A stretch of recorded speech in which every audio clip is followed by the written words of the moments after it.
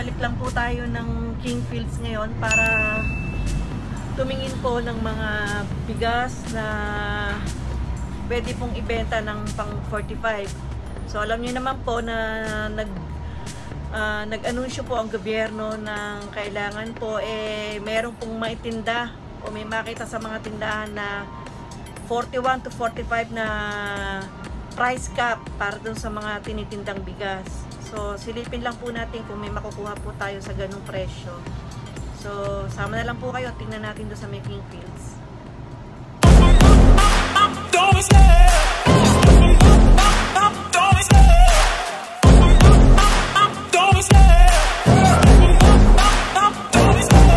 Love the chase and the hunt, and I set the pace when I'm running. I always take what I want and I always give it 100. Don't need a bank, no I'm funded. Play the game like it's nothing. I'm always thankful for something. Don't take for granted, stay humble. Now wake up, it's time to look at the enemy. Look in the mirror if he is no friend to me. It's not working out, maybe it's the chemistry. It's time to break up so I can make a better me. Better believe in your mind, cause it's everything.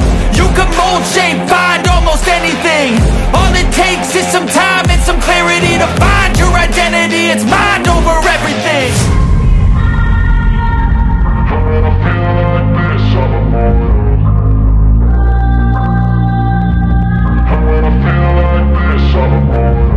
And when I feel like this, I'm immortal. When I feel like this, I'm immortal. When I feel like this, I'm immortal.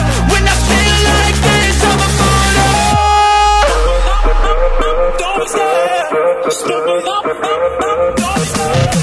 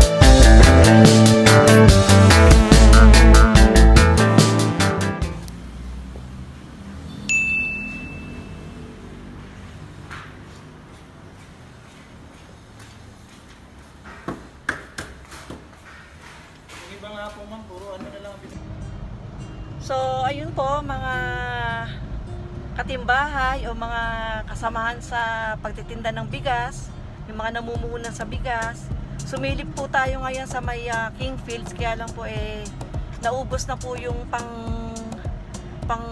45 nila doon na ibinebenta. So tumingin na lang po tayo ng iba na pwede nating ibenta sa ganung presyo. So nakakalungkot pong isipin na lalo na po yung marami pang mga bigas na nakastock na nabili po sa mataas na presyo, ibebenta po natin ng palugi. Ang saya po, di ba? So ayun po, sana po sandali lang po itong kasalukuyang nararamdaman natin sa merkado. Sana po bumalik po sa normal yung lahat, as in bumalik sa lahat yung magkaroon tayo nung mabibili sa mababa. Kaming tayo po mga maliliit na tindahan o yung mga retailer na bumibili po ng bigas, sana po makabili po tayo ng mga bigas sa mga susunod na mga araw na mas mababa ang presyo, para kahit pa paano naman po maibsan din naman po natin yung ikalulugi po natin. Sa totoo lang po, ikalulugi po natin dito sa kasalukuyang bentahan. Dahil nga po sa kadahilanan na gusto lang po nating tumalima sa utos ng gobyerno, susunod po tayo sa ayaw po natin, sa ayaw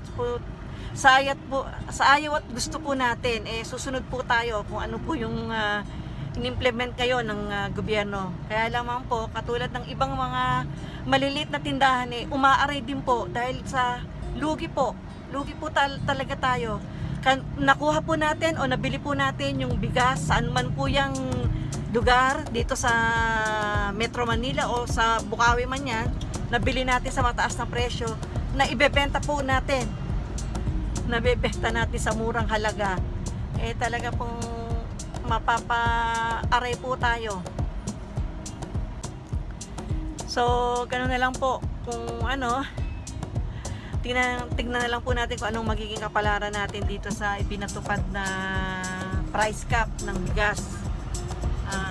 Nakakaawa lang din po yung maraming mga stocks na kailangan pong ibenta ng palugi yung mga bigas na nabili po nila sa mataas na halaga. So antabayan na lang po natin kung ano po ang ating magiging kapalaran. Tayo pong may mga malilit na tindahan na nagtitinda po ng bigas. So palambing na lang po ako sa inyo mga katimbahay o yung mga nanonood po ng ating mga videos, na paki-subscribe na rin po. Paki-subscribe po yung aming YouTube channel. Paki-like, comment, share, and paki-hit na rin po yung notification bell para in case na ma-notify po kayo kung ano pa po bang mga videos na i-upload po namin. So hanggang dito na lamang po at maraming salamat po sa inyo.